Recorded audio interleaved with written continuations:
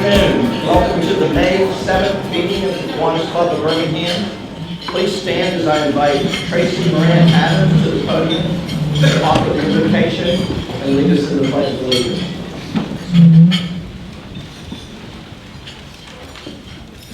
Let us pray. Dear God, thank you for the opportunity to serve you through service to our children. Please grant our teachers and education leaders an abundance of your wisdom. Give them grace as they help students who aren't thriving and knowledge on how and when to speak love and strength when they feel weak. When they feel unseen, remind them that no moment goes unnoticed because they are shaping the future in 1 million small yet incredibly important ways every day. Bless them and enable them to see how their faithfulness will forever impact generations to come. This is our prayer. Amen. Amen. I pledge allegiance to the flag of the United States of America and to the republic for which it stands, one nation under God, indivisible, with liberty and justice for all. Thank you, for the invitation. I'd now like to invite J.W. Carpenter to come up for announcements and introduction of guests. J.W. Thank you, President Scott. This is a fun day for me. I get to hear from one of my favorite people in Birmingham, Dr. Herring. I know you guys are in for a treat. So just as a follow-up, if you remember, we honored Jillian Jolly as one of our Youth of the Year, and she announced last week to great fanfare that she will be going to Yale, more or less on Yale, which is terrific.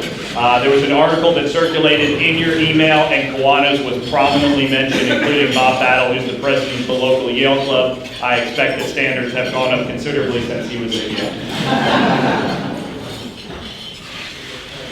So Ty West sent this to me about 30 seconds ago, and so I wanted to make sure to announce it. Tuesday, May 14th, Top 40 Under 40 Alumni at Top Golf, 4 to 6 p.m., sponsored by the Harvard College of Business. This should be a terrific event. Birmingham Business Journal events are always extraordinarily interesting. Please go grab your tickets and show up.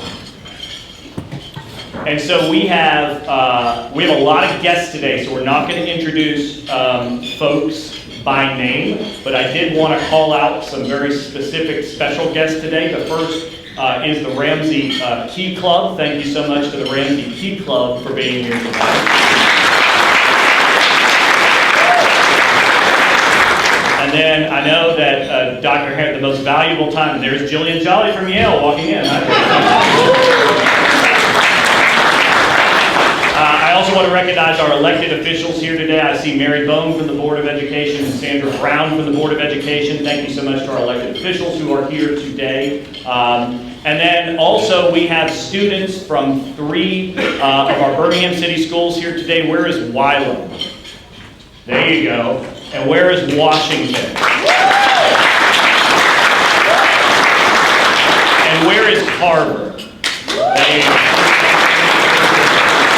They're all over. These students were here today to participate in a student change makers conversation with the superintendent, with board member Brown, as part of Youth Serve. Jennifer Hatchett is here. Youth Serve is a fantastic organization. And that conversation was about school discipline and restorative justice. It was a fantastic conversation, and it tells you everything you need to know about Dr. Herring, that she came here early and made the time to do it. So it's a terrific conversation. We just want to welcome them especially. But to every guest and every host who is here today, please stand up so we can recognize you and welcome you to the largest and best Kiwanis Club in the world.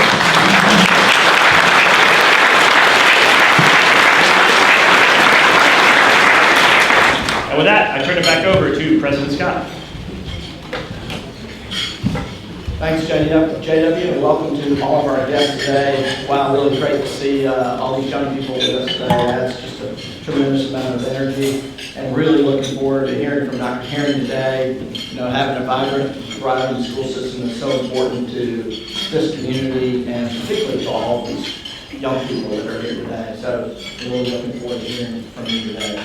But before we get to Dr. Herring, we have 2 other things we need to do first.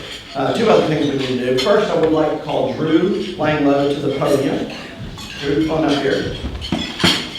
Drew, I want to present you a check for a matching funds check in the amount of, I want to make sure I got this amount right, $4,950 from the Birmingham Kiwanis Foundation, which matches the contributions made by Kiwanis members for the Lee County tornado relief. So in total, we've contributed $9,900 to the Lee County fund between member donations and this match. Thanks, Drew. We appreciate the partnership with United Way, and I want to say thanks to all those members who made a contribution.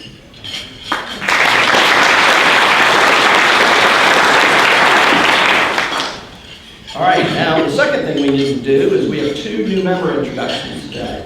So I'd now like to call Laura Clark to the podium to introduce new member Nancy Farron. Laura? Thanks, Scott. It's my privilege today to introduce Nancy Farron as our newest member of our club. Nancy's from the suburbs of Aliceville, Alabama. She attended the University of Alabama and she received a nursing degree there. She worked in the medical field as a nurse for a while, then she did medical equipment sales, and now she is a medical real estate advisor with Veritas Real Estate. Nancy's married to Tracy Farron, and they have hers, his, and their children. They've got 3 boys. Will, who just finished up at Mississippi State last weekend. They've got Ben and Sam Farron, who are 21 and 23 and working here in Birmingham. And then finally, they have a daughter, Sunny, who's 14, who will be starting at Homewood High School in the fall. So Nancy's been active in the community for a long period of time. She served 5 years on the Homewood Board of Education, including a year as president of that organization. In addition, she's active with College Choice Foundation, the Service Guild of Birmingham, Triumph Services, and Trinity United Methodist Church.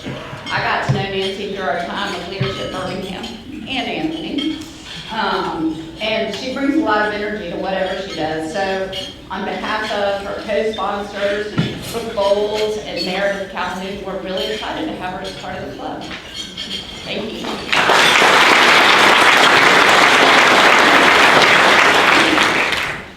Thanks, Laura. All right, now J.W. Carpenter back to the podium to introduce Anthony Hood. J.W. So anyone who knows Dr. Hood knows that he lives in a digital world. He's also doing always 100 things at once. Right now he's doing a presentation at UAB and he's at a conference in Montana while he's here. And of course he sent me his bio via text. This is also going to be the first time in history we've had 2 Boston College alums do introductions, and so I always like to talk about Boston College, so that's really good. So Dr. Hood is the Director of Civic Innovation in the Office of the President at UAB, as well as an Associate Professor of Entrepreneurship and Strategic Management in the Collapse School of Business at UAB. Dr. Hood received his undergrad and MBA from UAB, go Blazers, and his PhD from the University of Alabama, Roll Tide. Prior to academia, Dr. Hood worked as an engineer with Bell South and AT&T. He serves on a number of boards, including, of course, the Birmingham Education Foundation, the Woodlawn Foundation, and the Community Investment Board for BIG, the City of Birmingham's Opportunity Zone strategy. Dr. Hood and his family are proud supporters of the Birmingham City Schools. He is a Ramsey grad. His wife is a graduate of Huffman High School, and his daughters, Olivia and Lauren, currently attend Phillips Academy.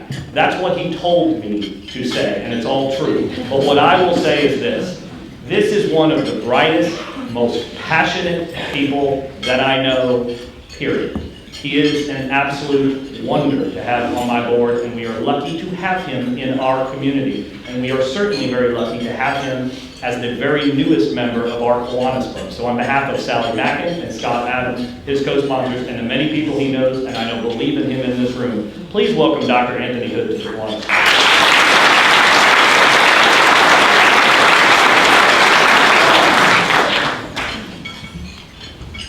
All right, Nancy, Anthony, welcome to the club. Hope you'll get quickly engaged in one of our committees so we get you fully assimilated to Kiwanis. We're really glad to have you. All right, so let's get going to our program. That's what you came to hear.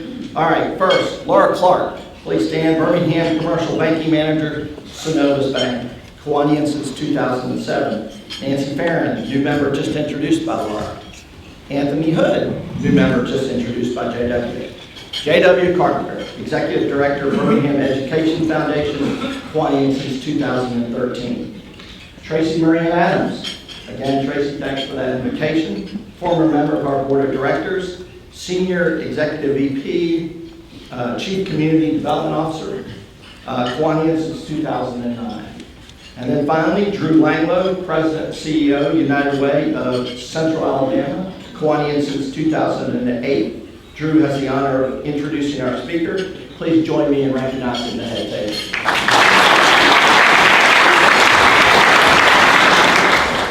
Thank you, Scott, and thank you to all the Kiwanis who donated to the Lee County Disaster Relief Fund. As many of you probably know, Lee County is a small United Way.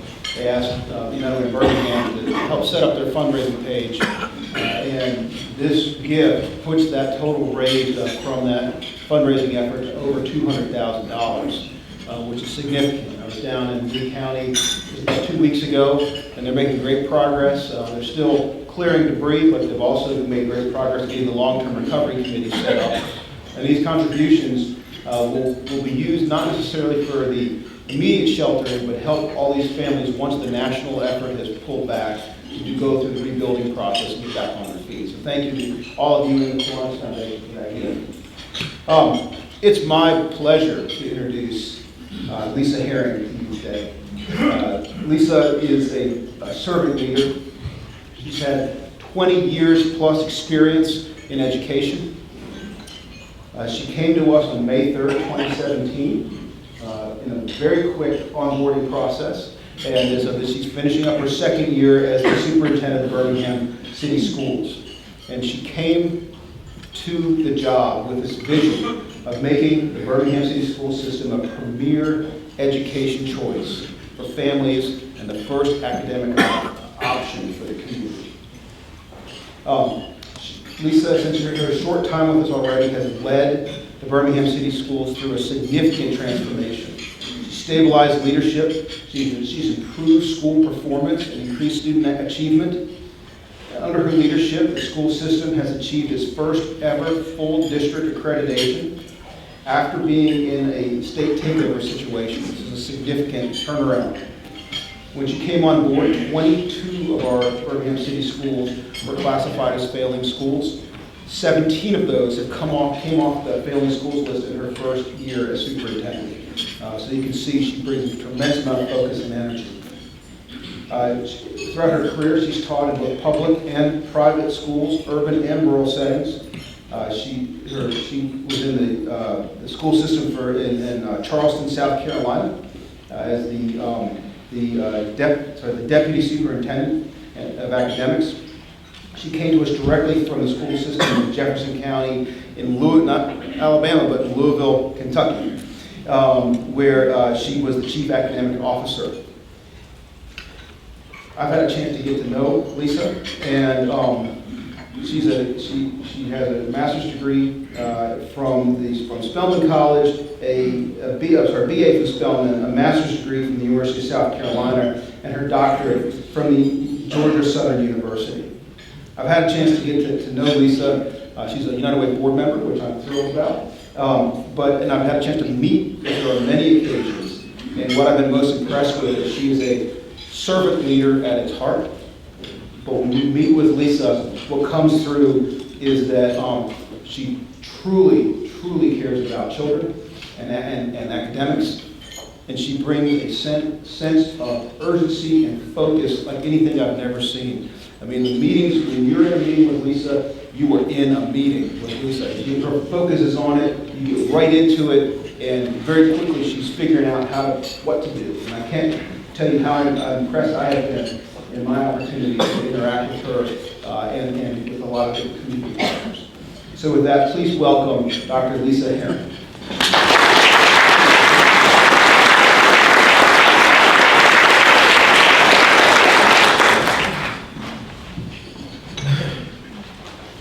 Good afternoon.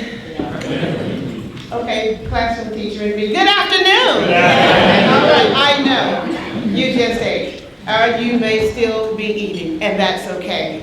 I did not. As I told Damiana, I don't eat before I speak. I get a little too excited, or I just need to keep myself calm. Thank you for a very gracious introduction. To Kiwanis, thank you. So not thank you for being at the podium or at the dais, but thank you. Thank you for your support to Birmingham City Schools.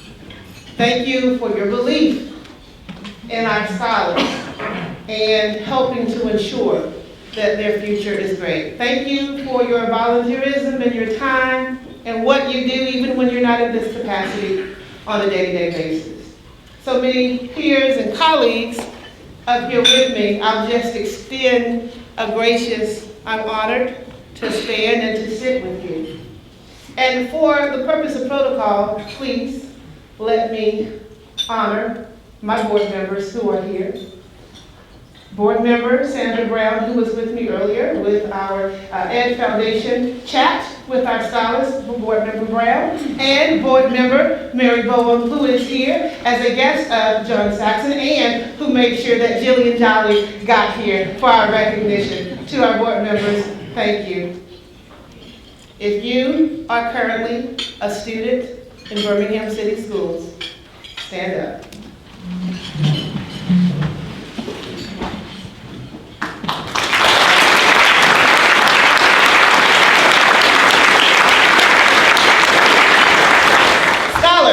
You may have your seat, just know that you represent a larger group and you are why we do this work. I love what I do, but to be clear, it is not easy. It is difficult some days. It is complex. It is hard. It is emotional. It is exciting. But every scholar in our district is worth it. I believe that, or I wouldn't be standing. I can't tell you what you're going to get today. Not because I came unprepared. There's actually a presentation on that screen longer than I'm going to actually go through. You're over-prepared, but you come with the intent of being able to deliver a message. But I also spent an hour, as JW shared, with some of our scholars, having our Ed chat. And you're pulling me away, scholars, from my scripted preparation. So today, I will do much like I've seen done in my life, so that you know a little bit more about me before I get into it, a little of two things. And I will simply ask your support in my choice. I will go through some of these slides because we prepared them. And there are some things that I really want to make sure that you know. But I'll be a little extemporaneous, as I was back in 1989 when I was in high school and really learned the art of extemporaneous speaking. And then I'll be Wallace and Lena's daughter. My father is a retired Baptist pastor, so get ready. And I've not done that in this room today, but I've been shifted a little bit. So I have to do what I have to do. And then I hope that when I sit down, there will be some inspiration. There will be some reflection. There will be some commitment, dedication, or simple affirmation around what you do every day. That's my only hope. And just to be clear, it doesn't matter if you're DeAndre, our student, if you are Sally with Wynn, if you're Sheriff Petway, good to see you, sir. If you are a community member, it doesn't matter. What matters is that in this opportunity to represent the most important work, I believe, of our society, educating children, that I can in this moment invite you to reflect. So let's start with the formality of it all. And that's the presentation. And I'll jump right into it. So here's what we prepared. We put on that start, on that very first slide, hashtag Force for Greatness. Because we believe in the last 24 months here in Birmingham City Schools that we are indeed a force for greatness, where we are building leaders and where we impact the world. You already know the structure. I am governed by 9 outstanding board members. And in the last 17 plus months, we've been doing this dance together to figure out how to get it right. You don't see a title up there, but I'm going to drop one in today's time together. Are we there yet? Are we there yet? That's what hit me in the room earlier, JW, so you changed the entire presentation. Are we there yet? That's the question I want you to ask me as I go through this presentation. Are we there yet, scholars? Because you're in the room. Quite honestly, you changed my presentation. I'm talking to the adults, but I'm also talking to you. Are we there yet? Behind me is our board. 9 board members. We work together daily to make certain that we're doing our best. Birmingham City Schools by the numbers, with some changes as we move into this next academic year. And Drew, you said it very well because I've been thinking about it since Friday. Friday was May 3rd, 2019. 2 years to the date. Are we there yet? I was just glad I was there. Friday, May 3rd, 2017. We've made it 2 years. And I say that in the space that urban superintendency public school work is not easy. In the state of Alabama, where Birmingham City Schools exists as one of the top 5 largest schools in the state, our work is very clear. We may not be there yet, but we are moving. Currently, 43 schools, but as we go into this next school year, 42. An average of approximately 22,000, 23,000 students, plus or minus. And over the last several years, we've started to see a decline for reasons that are complex, which reminds me that we are not there yet. But here's what I also know. The work that we do within this district is worth it. And when we know that it's worth it, you commit to your leadership. Very quickly, leadership transitions. Just the past first year and a half was quite a whirlwind, someone said. But very quickly, because I want to move away from that, the whirlwind has happened, and yet it's still ongoing. Yes, we started quickly upon hire, Ms. Williams. I started the next day because I understood that that's what we needed in Birmingham City Schools. So the commitment began.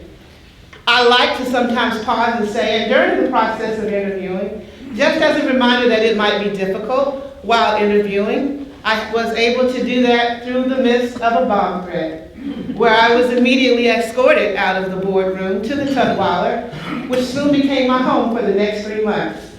But as soon as the bomb threat was over, and I was asked, what do you want to do? My response was very clear. I want to finish the interview.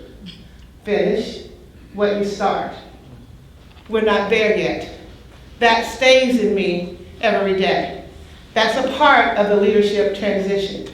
They've already said it in the introduction, so I'll move a little bit faster around the things that have happened. When I was initially hired, I had a different set of board members. 6 of the 9 changed. I am grateful for the 9 that hired me, and I am grateful for the 9 that guide me. But to be clear, leadership transition, as many of you know in this room, is not an easy task. And I just want to remind you, and when that task is focused on children, it is delicate, it is sensitive, it is criticized, it is complex, but it is necessary. And we are not there yet, but we want to be accountable for the work that we do. And Drew, I appreciate how you shared what you experienced when we're at the table, because I believe that's my responsibility. To be thinking, how do we get there?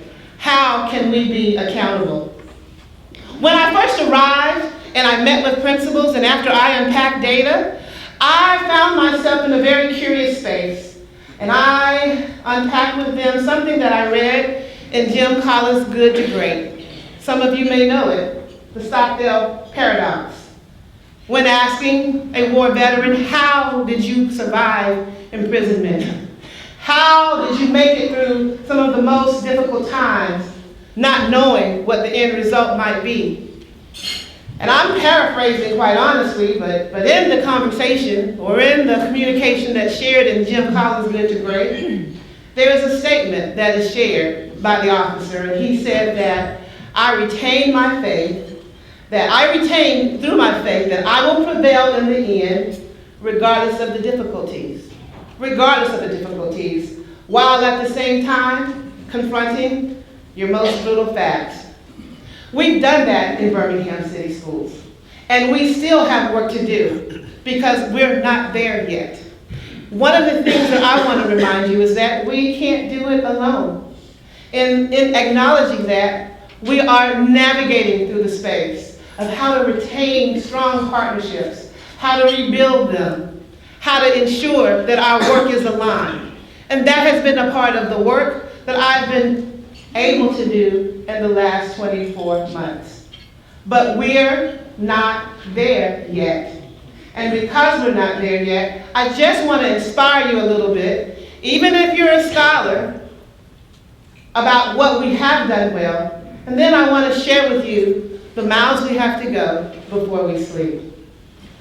So we spoke briefly about the state report card, our first in January 2018, where our district scored a 66D. And although we're at a 68D because we increased the number of schools that are performing better, we're not there yet. So there's still more work to do. A report card that looks at attendance, scholars, attendance, whether or not you're at school, graduation rate, achievement growth, and just as a point of personal privilege, the strength of Birmingham City Schools academically is our academic growth. The data says it all. Our challenge is where many of our scholars start. And so whereas they are growing, we're trying to ensure that they start at the same starting line as everyone else. And just to be clear, it's not every single scholar. But when that exists, that's much more work for us to do. The strength of Birmingham City Schools in academics is our growth. In this formula, it also looks at our year-to-year performance, specifically in the areas of English and math, literacy and numeracy. And here's one of those moments where I just have to say, and we can't do all of that alone, because it's not in my bio, but as a mother of 22-year-old Amani Herring who will graduate from college May 19, 2019, and just in case you didn't know, that's in 2 weeks. My only child graduating from college, which is significant to me because I served as a single mother my entire life. I've been places many people just don't know. And the fact that I can stand here and speak to you about the power of education and the purpose of it, and the statement, Damiana, that it doesn't matter where you start. What matters is what you do to get to the end. And as you well know, Ms. Ballard, when you get to the end, we celebrate. I know that we still have much work to do. But being a mother is what helps me understand the importance of this work. So yes, we've eliminated some of those Fs. There's more work to do. Yes, we even saw some jumps with some of our schools, from an F to a C, with more to do. But we are not what? There yet.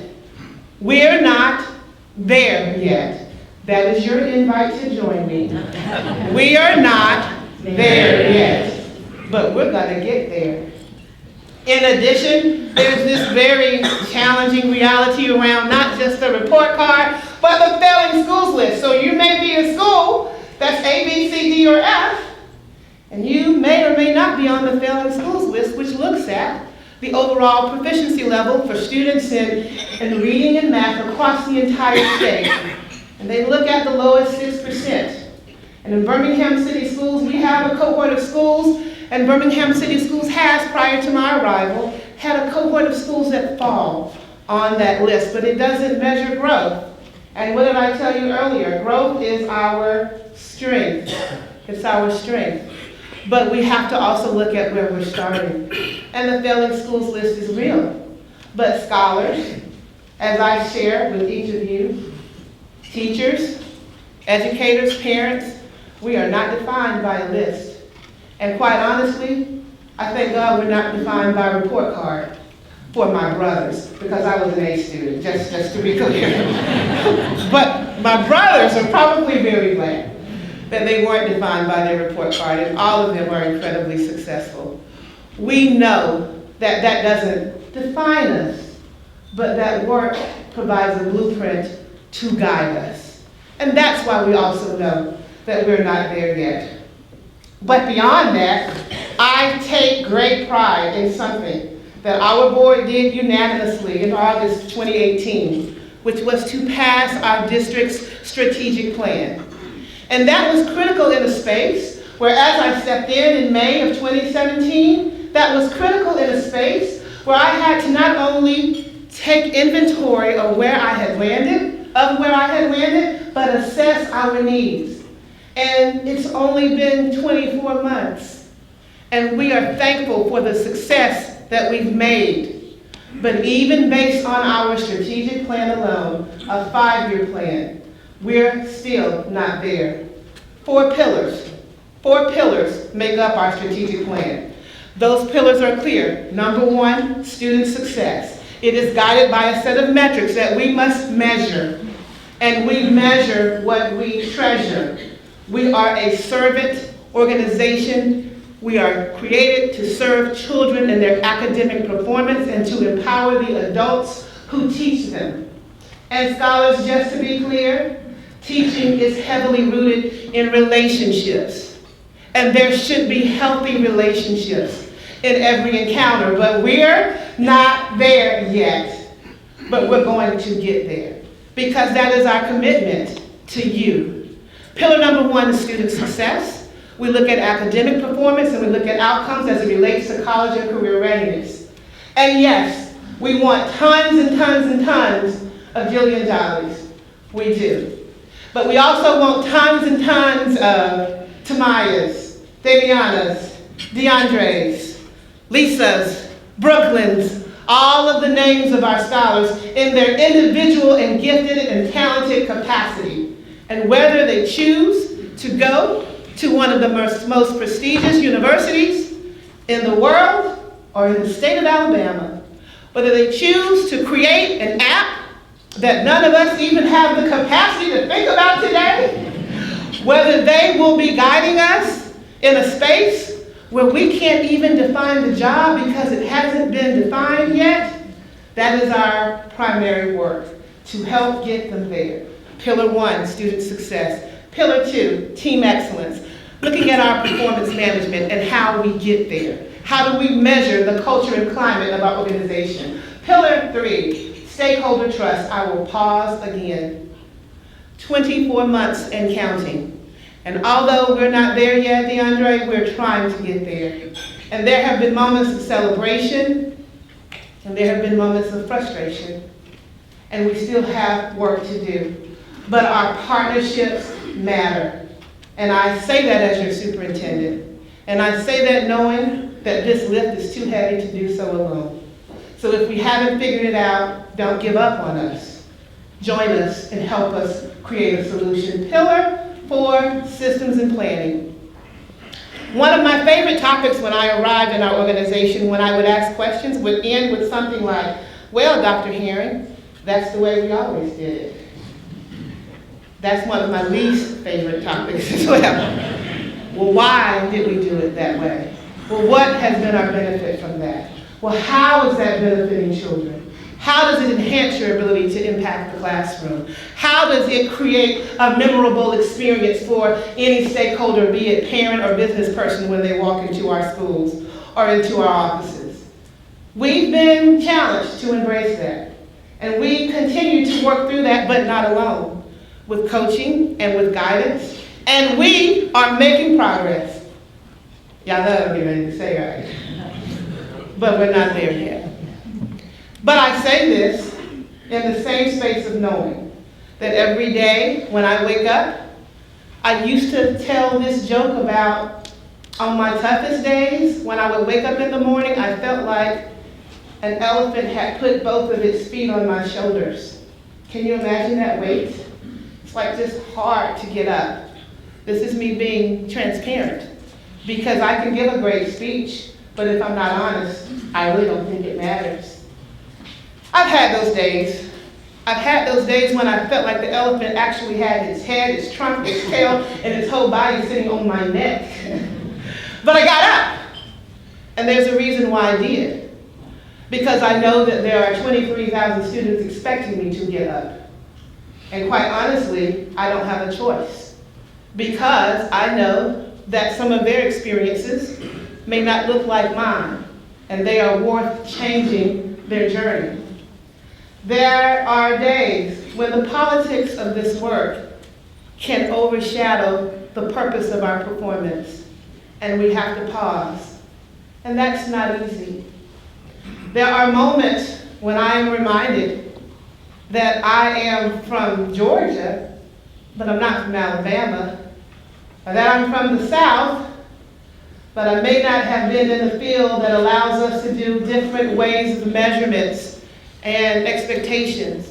And then there are moments when we come to the table and everyone is sitting there sitting there for a common cause.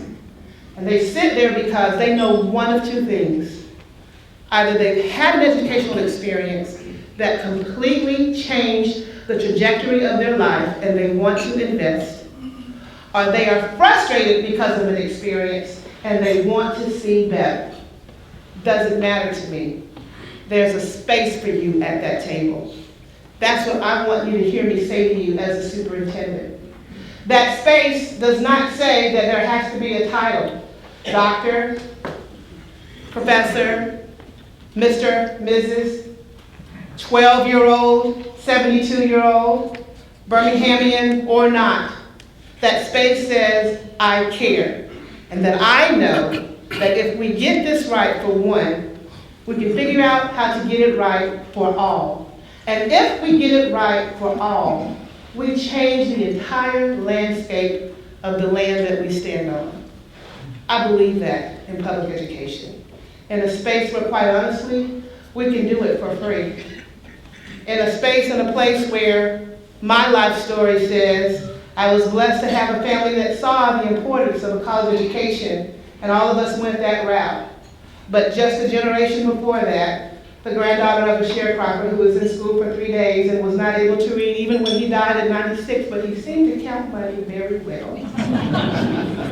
And I still haven't figured out how he had a driver's license, but he did. But when those two realities define who you are, and you understand every day that the way you make it better is by education, is by knowing that if Lisa can read, that changes everything about the rest of her life. And the last thing I want to say to you is that as a superintendent here in Birmingham City, I want better for all of our scholars, and I want it for you.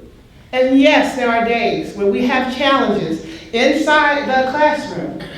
But the last time I spoke with my dear friend and colleague Craig Pouncey, and my dear friend and colleague Kathy Murphy, and my dear friends and colleagues across the country, it's happening everywhere. So that reminds us that we are not there yet. But as your superintendent, I'm here to tell you, for as long as I am here, my day-to-day commitment for our scholars is that we will get there. And when we do, we will know that it was for you. And when we're not doing it well, you are invited, we are public servants, to share your thoughts on how we might get it right. Once again, whether you're 12 or whether you're 72. Because it takes all of us. It takes all of us to see this success. In Birmingham, the work that we have done, as I shared with you earlier, I believe as superintendent, our accountability can't be tied to that's the way we've always done it, but that it's tied to a set of metrics. We've put that 5-year plan in place, and I believe that over time we're going to have to make some tweaks, because that's the reality of the complexity of this work. But we will also monitor our progress regularly. I'm looking forward to more quarterly reports. I'm looking forward to data accountability chats, not just with our principals, but with our parents, led by our students. Why not? Because that's what it should look like. And I'm keenly aware that the work we are doing is not in competition with anyone inside of our state, let alone our United States. But we must ready our scholars for global competition. Global. The year I left Louisville, I was at an international conference in Canada and sat next to the table from Finland. And we engaged in conversations around what students were doing, and the conversations were being led by a group of people all under the age of 16. And the work that they were doing not only surpassed what we were doing at the time, but it was broader than just the state of Kentucky or the state of Alabama. We're not there yet, but I'm excited because every day I wake up and knock the elephant off, and I do. Sometimes the elephant and I fight. Sometimes a little bruised when I leave, but I knock the elephant off. When I walk into a room like today, JW, and I am reminded by their comments of why we must get this right, when I see you looking back at me with high expectations that I worry every day that I will not meet, I am committed to making certain that we not only get there, but we get there with excellence. And as we move along the way, we will celebrate that in Birmingham City Schools, we are indeed a force for greatness. And as long as we are here, we will build leaders. And look out, Finland, we're going to impact the world. Thank you.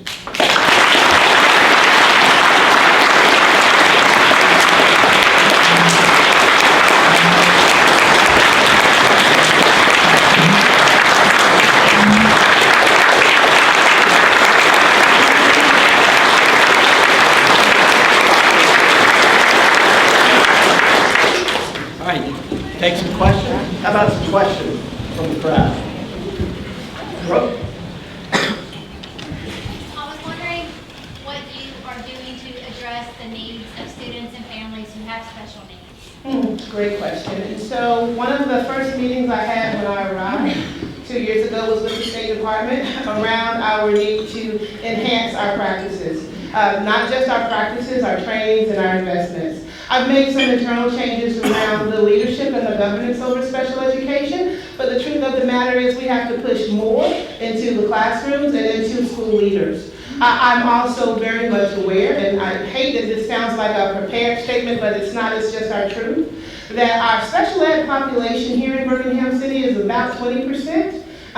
That's not too off the number, but I want to ensure that every IEP, individualized education plan, is not only in place, but that we're monitoring it. And there's been some opportunity for us to improve. We've oftentimes tried in the last 24 months to have targeted groups with parents. As we plan for this next year, as we look at our data, we recognize that we've got to create an affinity group or a parent group around preparing and supporting not just our special needs scholars, but our parents. That's not been in place, not in a way that I would have liked to have seen as a former supervisor of it, but it's on our radar. Thank you. Another, yes. First of all, thank you for your outstanding leadership and the demonstrated improvements in our system. They're well documented, and thank you very much for that. The second question is twofold. Number one, what is the greatest challenge from your perspective to education, public education in this metropolitan area, including Birmingham and others? And then tell me your thoughts about charter schools and their impact on public education. Ooh, I heard that. Those are tough questions, and that's okay, I appreciate them. I'm sorry, excuse me.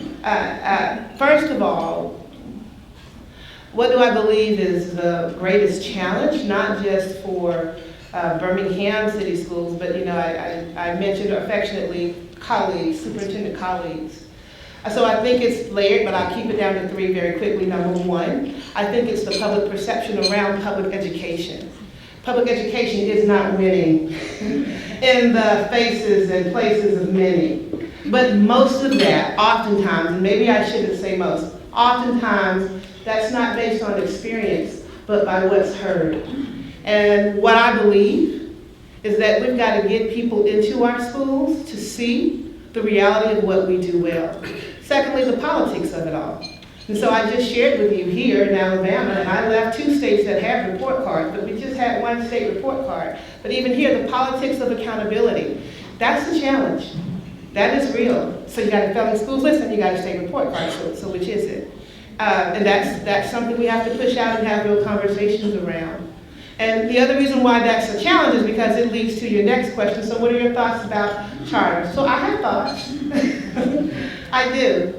With my board members present, and I've said it upon interviewing, that great day, May 2nd, or whenever, in April when I interviewed. I arrived from 2 states, actually 3, where charters exist. I've left 2 districts where there have been relationships that were healthy. We had charter schools in our systems, that being specifically in Georgia and South Carolina. I am a very strong observer of where we are in the state of Alabama, and there are challenges in where we are. I'm also governed and in support of and in alliance with my board. And so as we work to figure out where we land, I understand that charters are emerging. I can't tell you today where that perfect alignment happens. I can tell you 2 things that is important for me to say as an educator, as a practitioner. I have seen high-performing charters get it right and do well. And I've also seen the complete opposite. And so where is that perfect intersection? Lisa Herring won't be the person to tell you that. But that goes back to something I said earlier. It doesn't matter who you are, come to the table. Because the end reality is, if you're trying to step into that space, you want to see better. And that I can respect. John? Dr. Herring, thank you for being with us and for your infectious enthusiasm.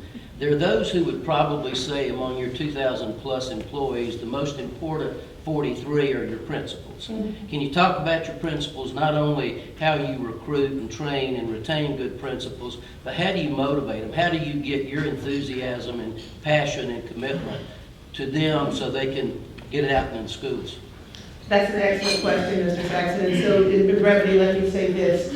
Since I have arrived, I have had a movement of about 17, 14, 22, 19, get it right, Lisa, math. 19 principals have seen movement, whether they are new or have been inside of the district since my hiring.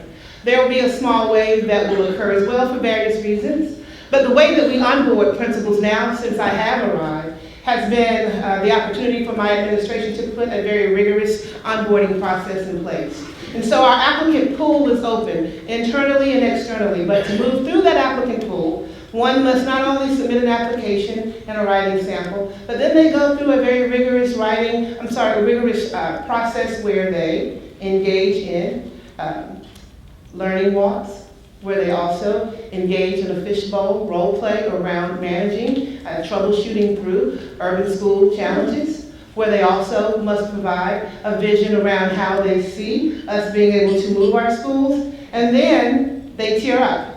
After they've tiered up, they go through another process within our interview, which allows us to look more at how they analyze data. And then finally, they find themselves in front of me. And I usually get 2 to 3 finalists, and we're always looking for a match. And so, like most relationships, the school needs to have a match between that leader and that school building, that brick and mortar. That's way beyond just the superintendent. There's more we need to do to support our principals. Let me say that. We've changed how we identify and onboard them. It's more rigorous than it previously was. We're actually proud of that, and sitting principals participate in that process as well. And we also create a council that is reflective of staff members, classified, certified committees, community members, as well as students, because we want to ensure that the marriage can happen. Training is always ongoing, but there's a unique challenge in a principalship to not overtrain, right, Ms. Brown, and have them out too much, right, and yet provide the training that they need so that they can be, from this lens of this superintendent, instructional leaders. Principals can't just be managers. They must be instructional leaders. But they also create the culture and the climate, what we talked about earlier, scholars, around how everybody feels when they walk in that building. I wish it could just be osmosis in terms of, if you believe that my energy and my desire is infectious and contagious, I wish that it were just that. That's not the case. But there is coaching. And I'm patient, but I'm impatient, because our children do not have the luxury of time. That's my most immediate answer, and we can talk at length afterwards if you'd like. Larry? Dr. Herring, I too want to thank you for your leadership, your passion, your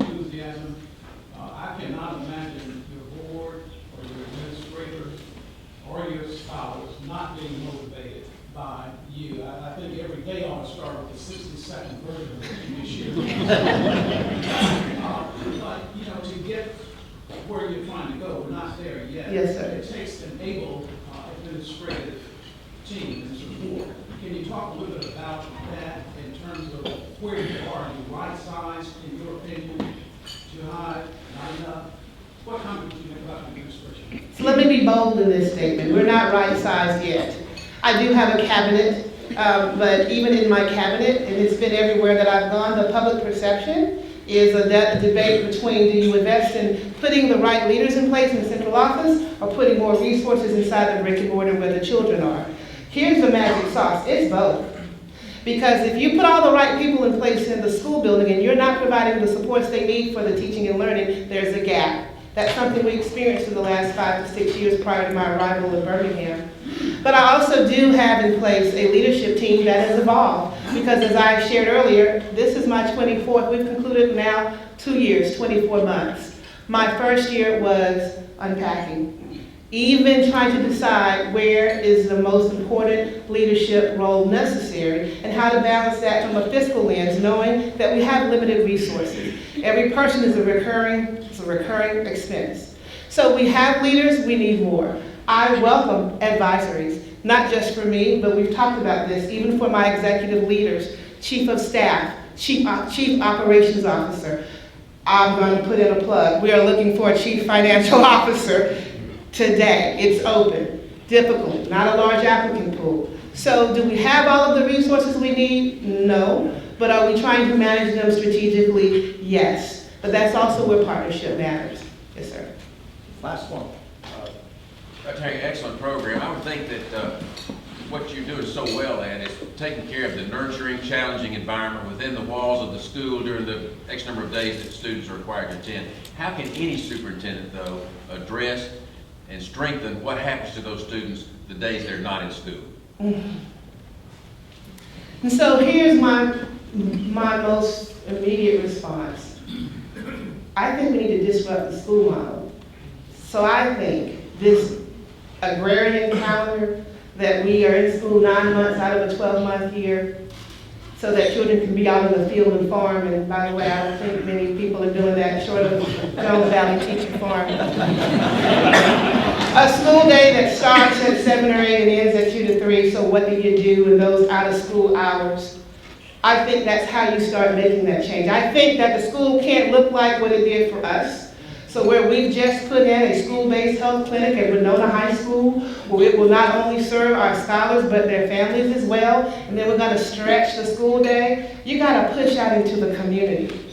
For every challenge that you see on the news, and we have them, I would beg to state that the challenge didn't occur in the building. It occurred somewhere on the outside, and it found its way inside our brick and mortar, whether that is a weapon or a broken human being. We have to become disruptors of the traditional. And that's not popular, but that's one way. And the last 2 ways are this. I'm a mother. My child was reading at 3, not because I'm some genius. I love reading. I knew that her experience started at home. And if you don't have that resource, we have to help the community have those resources. And we all have to take ownership of that. And we can't do it alone. And so the school system across the entire country, not one, will have a solution where they'll say, well, we did it by ourselves. They'll speak to partnerships like this. They'll speak to creativity. And they'll speak to what I like to call, it's not popular, healthy disruption with the right focus in mind. Thank you.